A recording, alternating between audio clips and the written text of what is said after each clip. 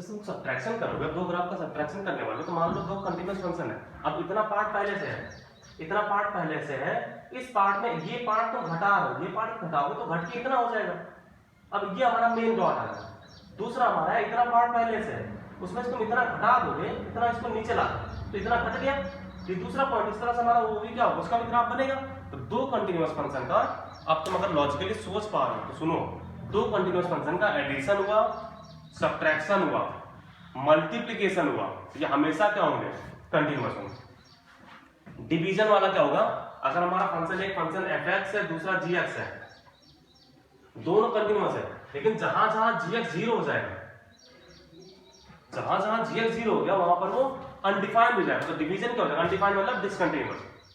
ध्यान रहे, अनडिफाइंड का मतलब ये नहीं हुआ डिसकंटीन्यूअस, अनडिफाइंड की वजह से डिसकंटीन्यूअस हो रहा है। फंक्शन अनडिफाइंड हुआ तो जस्ट एक पॉइंट एकदम पीक पे चला गया, दूसरा उसके नीचे है, मतलब अनडिफाइंड हुआ तो एक यहां पर है, दूसरा यहां पर है, तो फिर ये जुड़ेंगे कैसे यार। अनडिफाइंड की वजह से डिसकंटीन्यूअस, ठीक है। तो दो फंक्शन का डिवीजन, अगर हमारा दोनों कंटीन्यूअस फंक्शन है, लेकिन gx जहां जहां 0 होगा वहां पर फंक्शन अनडिफाइंड होगा, तो वहां पर हमारा फंक्शन क्या है, डिसकंटीन्यूअस है, ठीक है। कंटीन्यूअस फंक्शन का एडिशन हुआ, सब्ट्रैक्शन हुआ, मल्टीप्लिकेशन, चाहे 2 हो, चाहे 3 हो, चाहे 5 हो, चाहे 10 हो, हमें फर्क नहीं पड़ता, फंक्शन क्या होगा, कंटीन्यूअस होगा, ठीक है। ओके, अगर मैं तुमसे ये बात करूं कि fx के अंदर gx पुट कर दे, ये भी कंटीन्यूअस है, ये भी कंटीन्यूअस है, तो कंपोजिट फंक्शन क्या होगा, f of fx हुआ, f of gx हुआ।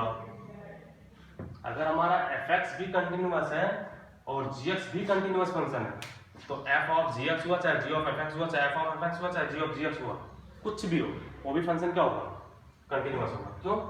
क्योंकि हर एक x के लिए f डिफाइन है, अब हर एक y के लिए, हर एक x के लिए g का कुछ ना कुछ वैल्यू आएगा, उसका y इसके लिए x है, तो हर एक x के लिए कुछ ना कुछ gy आएगा, तो हर एक gy के लिए कुछ ना कुछ fy आने वाला है। फिर से सुनो, हर एक x के लिए कुछ ना कुछ gx आएगा, हर एक x के लिए g का कुछ वैल्यू आएगा y। अब fx कंटीन्यूअस है, हर एक y के लिए f का भी कुछ ना कुछ वैल्यू आएगा। इसका मतलब क्या है कि अगर कंपोजिट फंक्शन बना दे हम दो कंटीन्यूअस फंक्शन का, वो भी क्या होगा, कंटीन्यूअस होगा। हम रिवर्स की बात नहीं कर सकते कि डिसकंटीन्यूअस हुआ तो क्या हुआ, हम रिवर्स की बात नहीं करेंगे, हम करेंगे उसकी भी, लेकिन रिवर्स की बात में टेंशन नहीं लेने वाले। तो दो कंटीन्यूअस फंक्शन का चाहे तुम कंटीन्यू, चाहे तुम कंपोजिट बनाओ, चाहे ऐड करो, चाहे सब्ट्रैक्ट करो, डिवाइड करके थोड़ा सा सतर्क रहना कि डिवीजन जहां पर 0 हो गया, जहां पर डिनोमिनेटर 0 हो गया, डिवीजन करने वाला अगर 0 होगा तो फंक्शन अनडिफाइंड हो जाएगा, तो वहां पर डिसकंटीन्यूअस हो जाएगा, ठीक है। अब अगर मैं तुमसे पूछूं दो डिसकंटीन्यूअस फंक्शन हो, ओके, पहले एक कंटीन्यूअस एक डिसकंटीन्यूअस करते हैं। अब ये तो हमारा बात हो गया दो कंटीन्यूअस फंक्शन का। अगर हमारा एक फंक्शन कंटीन्यूअस दूसरा डिसकंटीन्यूअस है, तो एक कंटीन्यूअस हमारा फंक्शन है, दूसरा डिसकंटीन्यूअस है, तो एक कंटीन्यूअस अगर है तो उसका ग्राफ लगातार है, दूसरा डिसकंटीन्यूअस है मतलब टूटा हुआ है। अब जहां पर टूटेगा, वहां पर एडिशन क्या होगा, टूटा ही रहेगा। नहीं सोच पा रहे तो देखो, मान लो हमारा एक ग्राफ है, हमारा कंटीन्यूअस फंक्शन है, एक डिसकंटीन्यूअस है, उसका ग्राफ मैं ऐसे बना रहा हूं, ऐसे करके, ऐसे। तो इसके इधर भी कंटीन्यूअस होगा, इसके इधर भी कंटीन्यूअस होगा, लेकिन इस जगह पर क्या होगा, इस जगह पर तुम दोनों को जोड़ रहे हो, तो ये पहले से था, ये और आ गया, तो ये ऐड हो जाएगा इस साइड, इस साइड गलत हो, इस साइड पे जाओ, इस साइड अगर हम देखें, इस साइड, ठीक है, तो उससे मतलब नहीं है, ये हमारा पहले से था, इतना पार्ट ऊपर वाले ग्राफ का है, इतना पार्ट, और ये ऐड हो तो हमारा ये पार्ट इतना पहुंच जाएगा इस साइड से, इस साइड से आएंगे तो ये पहले से था, इतना और ऐड हो तो हमारा यहाँ पर आएगा, हमारा ये पॉइंट यहाँ पर, एक पॉइंट यहाँ पर, टूटा हुआ है, और बाकी अगला पीछे तो होना ही यार, इसका पिछला वाला कुछ इस तरह से ऐड हो ही जाएगा, जैसा भी जाए, क्योंकि हमारे दो कंटीन्यूअस फंक्शन इधर भी है, आधा इधर भी है, कंटीन्यूअस है, बस केवल जहां पर ब्रेक हुआ वहां पर प्रॉब्लम है। तो अगर हमारा फंक्शन एक कंटीन्यूअस है, एक डिसकंटीन्यूअस है, तो उसका एडिशन क्या हो रहा है, डिसकंटीन्यूअस हो रहा है, जहां पर हमारा फंक्शन डिसकंटीन्यूअस था वहीं पर हो रहा है, सब्ट्रैक्शन भी वहीं पर ही होगा, मल्टीप्लिकेशन भी वहीं पर ही होगा, और डिवीजन का तुम्हें पता है वहां पर तो होना ही होना है, बाकी gx जहां पर 0 वहां पर भी होगा, ठीक ना। तो अगर कंटीन्यूअस फंक्शन हमारे पास है, कंटीन्यूअस फंक्शन का कुछ भी कर दो, एडिशन हो, सब्ट्रैक्शन हो, मल्टीप्लिकेशन हो, डिवीजन हो, सबके सब कंटीन्यूअस है, लेकिन अगर एक कंटिन्यूअस दूसरा डिसकंटिन्यूअस है तो जहां पर डिसकंटिन्यूअस वाला फंक्शन है वहीं पर सारा प्रॉब्लम होने वाला है।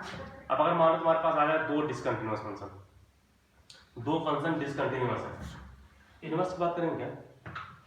अगर हमारा फंक्शन है f कंटिन्यूअस है तो उसका इनवर्स भी क्या होगा? कंटिन्यूअस होगा, इसका तो पता है। g कंटिन्यूअस, उसका इनवर्स भी क्या होगा? कंटिन्यूअस होगा। तो इनवर्स का एडिशन, इनवर्स का एडिशन भी कंटिन्यूअस होगा। ऐसे सोच पा रहे हैं हम लोग? सोच। लेकिन ध्यान रहे तुम ऐड करोगे तो दोनों का डोमेन सेम होना चाहिए ना, मतलब सेम डोमेन में ही ऐड होंगे। सेम डोमेन मतलब अगर मान लो उसका डोमेन -10 से लेकर 10 है, इसका डोमेन 2 से लेकर 10 है, तो अब एडिशन केवल 2 से लेकर 10 तक ही होने वाला है, क्योंकि -10 से लेकर 10 में -10 से लेकर 2 तक दूसरा वाला ग्राफ डिफाइन ही नहीं है। तो वो सब बात हम लोग नहीं करते, ठीक है। वो जहां पर था वहां पर मैंने ड्रॉप कर दिया उसको। अगर मान लो हमारे पास दो फंक्शन डिसकंटिन्यूअस है, दो डिसकंटिन्यूअस फंक्शन का एडिशन, दो ग्राफ पहले से टूटे हुए हैं तो उनका एडिशन और टूटा हुआ रहेगा। जनरल मैक्सिमम केस में ही होता है, दो डिसकंटिन्यूअस फंक्शन का एडिशन डिसकंटिन्यूअस होता है, लेकिन हमेशा नहीं होता है। तो हम ये कभी नहीं बोल पाएंगे दो डिसकंटिन्यूअस फंक्शन का एडिशन डिसकंटिन्यूअस होगा। ओके, विश्वास नहीं है तो मैं तुम्हें एक एग्जांपल बना के दिखाता हूं।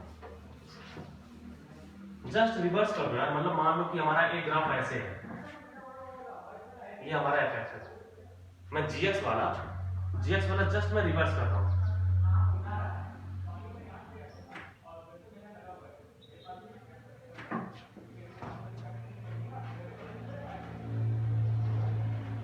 ये और ये एफ एक्स है, ये और ये जी एक्स है, यहां पर डॉट यहां पर है